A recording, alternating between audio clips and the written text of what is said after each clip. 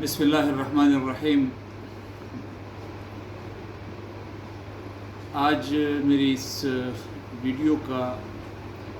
جو پیغام ہے وہ جمعیت علماء اسلام کے کارکنوں کے لیے بالخصوص ہے، اور اس کے علاوہ یہ بالعموم بھی 26ویں آئینی ترمیم جو پارلیمنٹ نے پاس کی اور وہ اس وقت پاکستان میں نافذ العمل ہوئی ہے، اس حوالے سے کچھ چیزوں کے بارے میں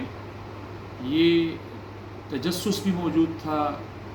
یہ کنفیوژن بھی موجود تھا کہ کیا وہ پہلا مسودہ تھا کہ جس کو جمعیت علماء اسلام نے مسترد کیا تھا، اور کون سا مسودہ جو ہے جو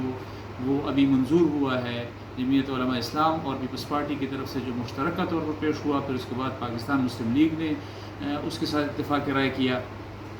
اور اس کے بعد یہ پارلیمنٹ میں پھر پیش بھی ہوا، یہ منظور بھی ہوا، اور اس وقت وہ 26ویں آئینی ترمیم کی صورت میں پاکستان میں نافذ العمل ہے۔ یہ جیسے کہ آپ کو معلوم ہے کہ یہ پورا پروسیس یہ ستمبر کے مڈ میں شروع ہوا، اور ستمبر کے مڈ سے لے کر پھر یہ پورا مہینہ اکتوبر کی تقریباً 17-18 تاریخ تک اس پر ڈیبیٹس ہوئیں، اس پر ڈسکشنز ہوئیں، مختلف سیاسی جماعتوں کے درمیان اس پر تبادلہ خیال ہوا، اس کے بارے میں اتفاق رائے پیدا کرنے کی کوشش کی گئی۔ اس میں پورے پاکستان کو معلوم ہے کہ جو سٹانس اور جو سٹینڈ جمعیت علماء اسلام اور اس کی قیادت حضرت مولانا فضل الرحمان صاحب کا رہا ہے، اور انہوں نے جس انداز میں اس پوری ترمیم کو وہ آگے لے کر چلے اور پھر اس پر اتفاق رائے پیدا کرنے کی کوشش کی، پھر اس کے بعد جناب بلاول بھٹو زرداری صاحب نے، پھر اس کے بعد جناب میاں نواز شریف صاحب نے، شہباز شریف صاحب نے، اور اس کے ساتھ ساتھ جو اس میں خاص طور پر ذکر کرنے والی بات ہے جو سیاسی لوگوں کے لیے اور سیاسی جماعتوں کے لیے خوشائند پہلو ہے، وہ یہ ہے کہ اس تمام چیزوں سے پھر پی ٹی آئی کی قیادت کو آگاہ کیا گیا، اور اس کے بعد ان کے ساتھ یہ ساری چیزیں شریک کی گئیں، ڈسکشن میں یہ لائی گئیں، اور تقریباً اس متن پر سب کا اتفاق رائے پیدا ہوا۔ پی ٹی آئی نے اور ان کی قیادت نے، چونکہ اس وقت جو پاکستان میں صورتحال درپیش ہے ان کے جماعت کے حوالے سے، ان کی قیادت کے حوالے سے، جس پر یقینی طور پر ان کو یہ حق حاصل ہے کہ انہوں نے اس پر احتجاج بھی کرنا ہے، اور انہوں نے احتجاجاً اس کو ووٹ بھی نہیں کیا، لیکن تقریباً وہ اس متن سے اتفاق رائے رکھتے تھے، جو بہت خوش آئند بات ہے کہ یہ اس پر ایک کنسنسس ڈیولپ ہوا، اور کنسنسس ڈیولپ ہونے کے بعد یہ آئینی ترمیم منظور ہوئی۔ اب یہ سوال پیدا ہوتا ہے کہ کیا ایسی چیزیں تھیں جو اس پہلے مسودے میں موجود تھیں، اور کیا ایسی چیزیں ہیں جو پھر اس کے بعد نکالی گئیں۔ یہ ہمارے بہت سے جمعیت کے کارکنوں کے لیے بھی جو ہے وہ یہ سوال تھا، اور ان کی آگاہی کے لیے بھی ہے، اور بالعموم ویسے بھی ہم سوشل میڈیا کے ساتھیوں کے لیے آگاہی کے لیے یہ ایک چیز جو ہے اس کا کمپیریزن وہ ہم سامنے لانا چاہتے تھے۔ اگر ہم اس کو ابتدائی مسودے اور اس کے بعد جو فائنل ڈرافٹ ہے جس کے بعد اس کو منظور کیا گیا، اگر اس کے کمپیریزن کی طرف ہم جائیں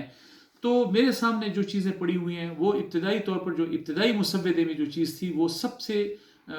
جو اہم اور خطرناک چیز تھی، وہ آرٹیکل 8 کا بنیادی انسانی حقوق کو چھیڑنا یا اس میں تنگی پیدا کرنا، یا ان حقوق کو جو ہے اس میں استثناءات جو تھیں جتنی بھی، اس کا دائرہ وسیع کرنا، ملٹری کورٹس کی طرف جانا، یہ پہلے مسودے میں موجود تھا، اور وہ اس انسانی حقوق کا جو دائرہ تھا وہ اس میں تنگ کیا جا رہا تھا، جس کو جمعیت علماء اسلام نے مکمل طور پر مسترد کیا، اور یہاں تک کہا کہ اس حوالے سے ہمارا موقف یہ ہے کہ اس میں کسی قوم کی جو ہے وہ بھی کسی فل سٹاپ کی وہ بھی ترمیم نہیں ہونی چاہیے، اور اس پر سب نے اتفاق رائے کیا۔ تو یہ پہلا بنیادی جو فرق ہے وہ یہ آرٹیکل 8 کے حوالے سے ہے کہ جس میں ملٹری کورٹس اور بنیادی انسانی حقوق شامل ہیں، جس کو مکمل طور پر اتفاق رائے کے بعد پھر اس پوری ترمیم سے ہی نکال دیا گیا۔ اس کے بعد دوسرا جو اہم اس میں نقطہ دونوں ترامیم میں جو ڈفرنس ہے جو بعد میں تبدیل کیا گیا، وہ آرٹیکل 51 اور آرٹیکل 106 کے حوالے سے ہے۔ یہ وہ اسپیشل سیٹس جس پر جو مختلف سیاسی جماعتوں کو دی گئیں، اور اس پر پھر پاکستان کی سپریم کورٹ نے ایک فیصلہ دیا، اور ان سیٹوں کو وہ پاکستان تحریک انصاف کو دیا گیا، جس پر ابھی تک عمل درآمد نہیں ہوا، لیکن وہ باوجود اس کے کہ جمعیت علماء اسلام پاکستان کی سپریم کورٹ میں وہ پاکستان تحریک انصاف کے مد مقابل کیس لڑ رہی تھی، اور اس میں جمعیت علماء اسلام کے ممبران وہ کامیاب ہوئے تھے، لیکن اس کے باوجود جب سپریم کورٹ کا فیصلہ آیا تو ہم نے اس سے جزوی طور پر قبول کیا، اور ہم نے اعلان کیا کہ ہم اس کے خلاف اپیل میں نہیں جائیں گے، لیکن انفرادی طور پر ہمارے وہ ممبران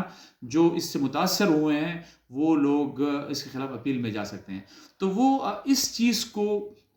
پاکستان سپریم کورٹ کے اس فیصلے کو وہ آئینی صورت میں تبدیل کرنا چاہ رہے تھے کہ یہ سیٹس واپس اسی طرح ان سیاسی جماعتوں کو مل جائے جس طرح سپریم کورٹ کے فیصلے سے تھی، جس سے ہم نے اختلاف کیا۔ باوجود ہمارا مفاد تھا، ہمیں جمعیت علماء اسلام کو اس سے کافی سیٹیں مل رہی تھیں، لیکن اس کے باوجود ہم نے کہا کہ نہیں، اس طرح عدالتوں کے فیصلوں کو ہم ترامیم کے ذریعے تبدیل نہیں کریں گے، تو اس کو بھی اتفاق رائے سے ڈراپ کر دیا گیا۔ یہ دوسرا بڑا فرق تھا جو پہلے مسودے اور دوسرے مسودے میں یہ چیز تبدیل کر لی گئی۔ تیسرا جو اہم نقطہ ہے وہ آرٹیکل 63A کا ہے۔ یہ یقینی طور پر سپریم کورٹ کا ایک متنازع فیصلہ تھا جو جسٹس عطا بندیال صاحب کی عدالت نے دیا تھا، اور جسٹس منیر صاحب نے اس فیصلے کو تحریر کیا تھا، اور اس پر شدید ترین اعتراضات تھے کہ انہوں نے آئین کو ری رائٹ کیا،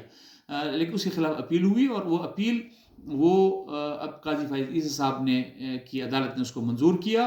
اور وہ فیصلہ ریورس ہو گیا۔ وہ اس چیز کو بھی، آرٹیکل 63A کو بھی وہ آئینی تحفظ دینا چاہتے تھے، تو اس کے حوالے سے بھی ہمارا یہ تھا کہ اس پہ سپریم کورٹ کا فیصلہ آ گیا ہے، اس کو آئینی تحفظ کی ضرورت نہیں ہے، تو وہ بھی سب جماعتوں نے اتفاق رائے سے اس کو مان لیا